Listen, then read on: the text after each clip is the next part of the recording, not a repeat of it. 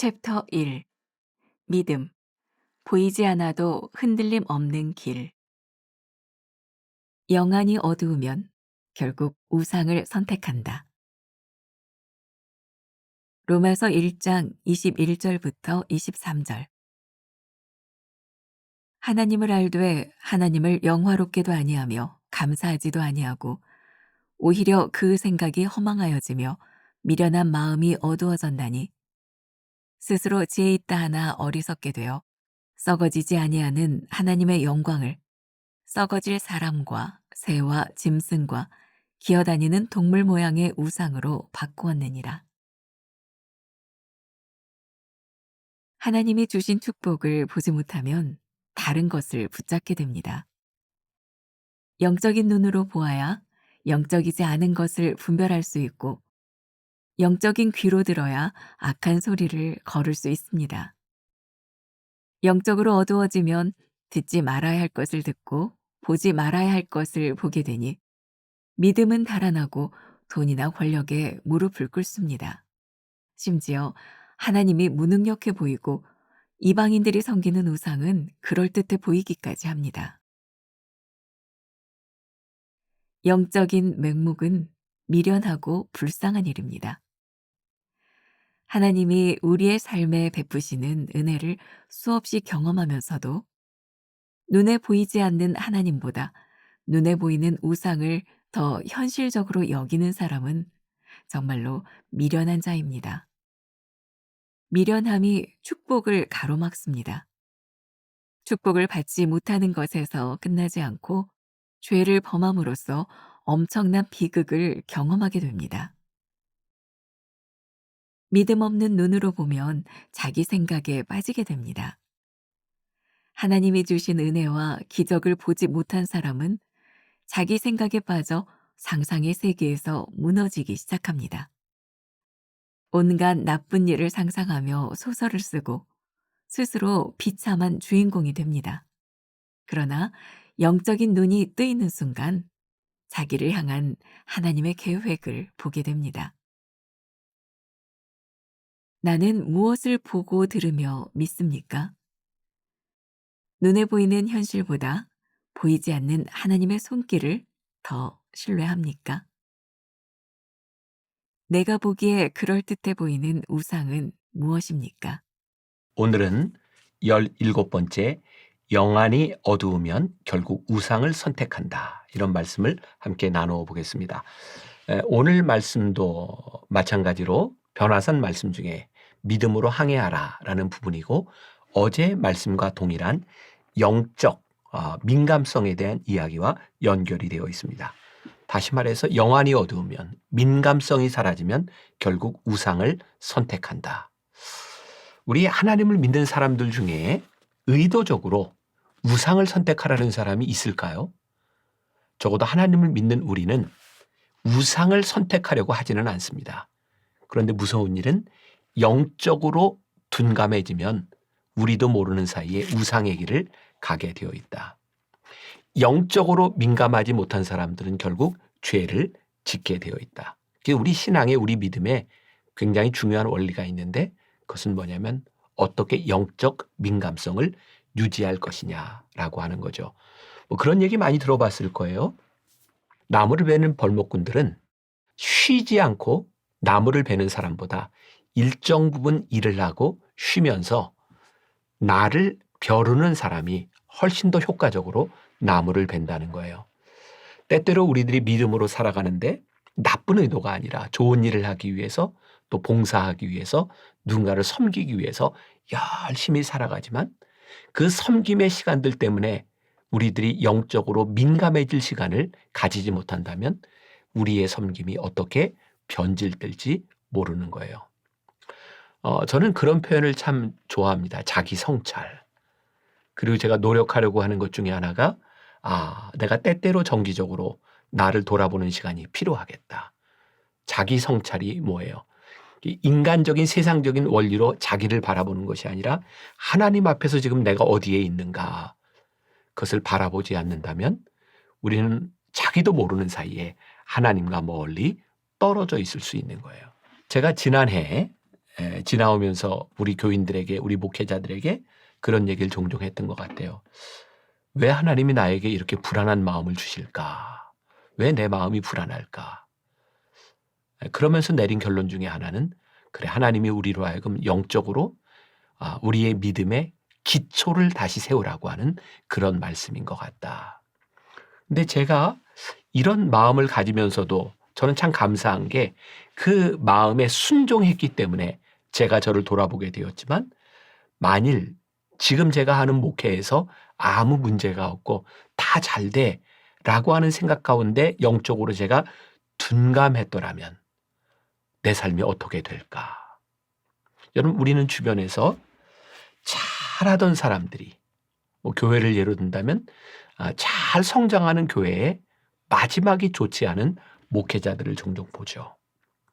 저도 제일 두려운 게 그런 모습이에요. 평생을 목회하고 살아가다가 영적으로 어두워져서 잘못된 선택을 하면 어떻게 하나. 저는 이런 두려움이 저를 붙잡아 준다고 생각해요. 제일 무서운 것은 우리들의 삶에 두려움이 없어지는 거죠. 언제부터인가 여러분들의 삶에 영적인 두려움이 없어져서 하나님 앞에 서지 않는다면 그게 얼마나 무서운 일인가. 그런 얘기 들어보셨죠? 우리 인간들에게 두려움이 없다면 우리는 참 위험한 인생을 살게 될 거라고. 어린애가 슈퍼맨 복장을 하고 저기 몇 층 위에 올라가서 이야 뛰어내리자 라고 뛰어내리는데, 이 아이에게 떨어질 것에 대한 두려움 없이 그냥 뛰어내린다면 그 아이는 죽게 되는 거죠. 슈퍼맨 영화를 보고도 날개를 붙이고도 뛰지 않는 이유는 두려움 때문인 거예요. 오늘 여러분들이 영적으로 하나님 앞에 그 두려움을 우리들이 잃지 않았는가? 어떤 사람은 그런 예를 들더라고요. 그림을 보면서 야 멋지다, 그림을 감상하면서 혹시 그 그림을 그린 화가의 존재를 부인하는 사람이 있다면 바보 같은 사람이다. 우리들 삶에 일어나는 이 현상들을 바라보면서 이 일들을 일어나게 하시는 하나님의 존재를 부인하고 살아간다면 그건 참 바보 같은 사람일 수 있다는 거죠. 자, 오늘 첫 문단에 하나님이 주신 축복을 보지 못하면 다른 것을 붙잡게 됩니다. 그렇죠. 감사했는데, 이게 축복이라고 생각했는데 어느 날 그것이 축복이라고 느껴지지 않을 때 우리는 하나님을 떠나요. 불평하게 돼요. 이스라엘 백성들이 출애굽하는 과정에서 만나가 더 이상 축복이라고 느끼지 못하는 그 순간에 그들은 불평하게 돼요. 참 놀랍죠. 그들이 불평하고 그들이 원했던 메추라기를 하나님이 주셨지만 그들이 원하는 것에 대한 응답은 축복이 아니었어요. 그들의 이 사이에 메추라기가, 고기가 끼기도 전에 거기서 죽어요. 기브롯 핫다아와라, 탐욕의 무덤이라 이야기를 하죠. 하나님이 신 축복이 우리들에게 보이지 않으면 우리는 다른 것을 또 쫓아가게 돼요. 그것이 우리들에게 얼마나 무서운 일인가. 그러니 오늘 이 말씀을 시작하는 하루 여러분들 가운데서 하나님이 우리들에게 주신 복을 세워보세요. 그때 우리는 감사하게 돼요. 감사를 잃어버리는 사람은 영적 민감성을 잃어버리고 이미 둔감해진 사람이라는 것. 기억하세요. 오늘 여러분들의 삶에 감사를 잃어버렸다면 우리들이 영적으로 이미 둔감해지고 있다는 것을 생각하라. 두 번째 문단에 영적인 맹목은 미련하고 불쌍한 일입니다. 영적인 맹목이라고 하는 표현이 뭘까요? 하나님을 생각하지 않고 은혜를 생각하지 않고 축복을 생각하지 않고 그냥 살아가는 것. 고린도전서 2장 14절에 이런 말씀이 있습니다. 육에 속한 사람은 하나님의 성령의 일들을 받지 아니하나니 이는 그것들이 그에게는 어리석어 보이며 또 그는 그것들을 알 수도 없나니 그러한 일은 영적으로 분별되기 때문이라. 육적으로, 육에 속한 사람은 성령의 일을 알지 못해요. 이것을 분별할 수 있는 사람은 누구예요? 영적인 사람이라야 분별이 되는 거예요. 저는 목회하면서 여러 가지 이야기들을 듣습니다. 좋은 이야기도 있고 안 좋은 이야기도 있고 억울한 이야기도 있고. 근데 저는 늘 그런 생각을 해요. 못 들은 척하고 사는 것이 좋다. 그 이야기들이 내 속에 크게 들리기 시작하면 영적인 민감성을 잃어버리게 되는 것 같아요. 그런 이야기들로 화가 나거나 분노하게 되거나 일희일비하게 되면 영적 민감성을 잃어버리고 둔감하게 되는 것 같아요. 기억하세요. 우리를 영적으로 둔감하게 만드는 일은 우리들 속에서 속삭이시며 자그마한 소리로 말씀하시는 하나님의 말씀이 들리지 아니하고 우리들의 화를 돋구는 많은 이야기들이 크게 들릴 때 우리를 영적으로 둔감하게 만드는 거예요. 그러니까 마치 시소에서 이렇게 올라갔다 내려갔다 하는 것처럼 우리들의 소리들을 잘 죽여야 조용한 영적인 소리들이 우리들에게 들려지는 거예요. 근데 우리들 안에 시끄러운 소리들이 우리를 꽉 잡으면 영적인 민감성이 떨어지게 되는 거죠. 지금 여러분들의 삶에서 적용해 보세요. 시끄러운 소리들로 인하여 내가 영적 민감성을 잃어버리지 않았는가? 그 말은 우리들이 영적으로 둔감하게 되었다는 말이겠죠. 자, 세 번째 문단에 믿음 없는 눈으로 보면 자기 생각에 빠집니다. 믿음 없는 눈으로 보면 자기 생각에 빠지게 됩니다.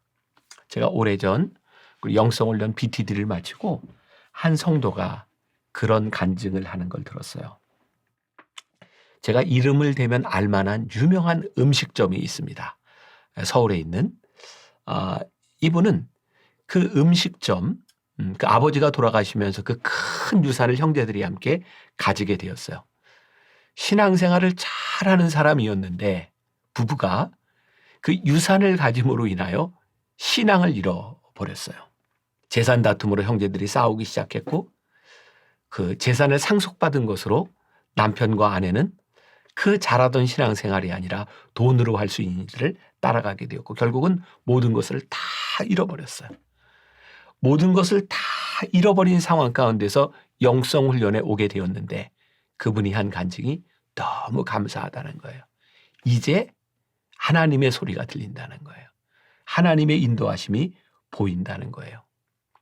믿음이 없는 삶은 자기 생각에 빠져서 자기가 옳다고 생각하는 일을 하게 되지만 그 속에 하나님의 역사가 일어나지 않을 때 우리들이 얼마나 비참해질 수 있는가.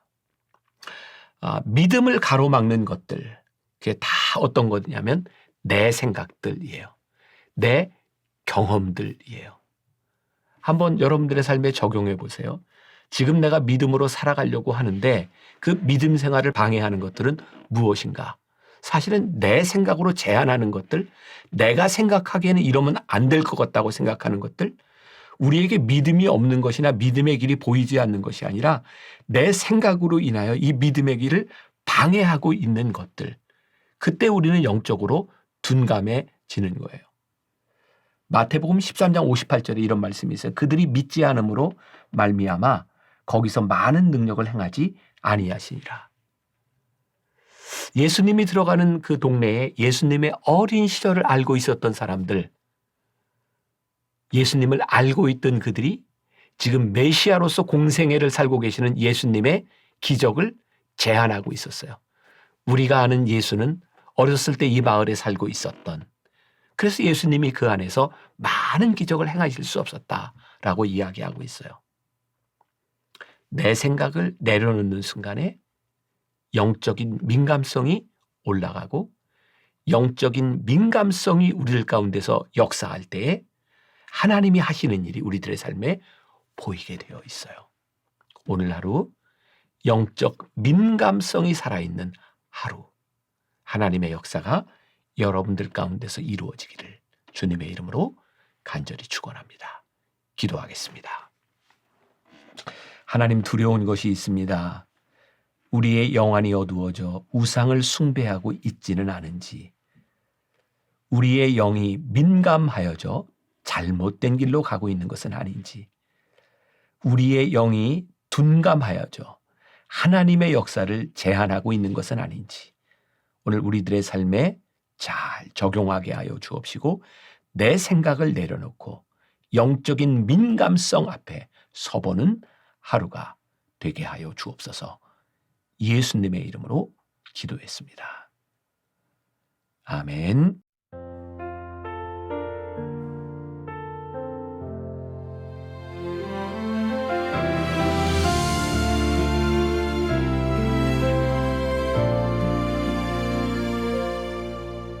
메마른 영혼을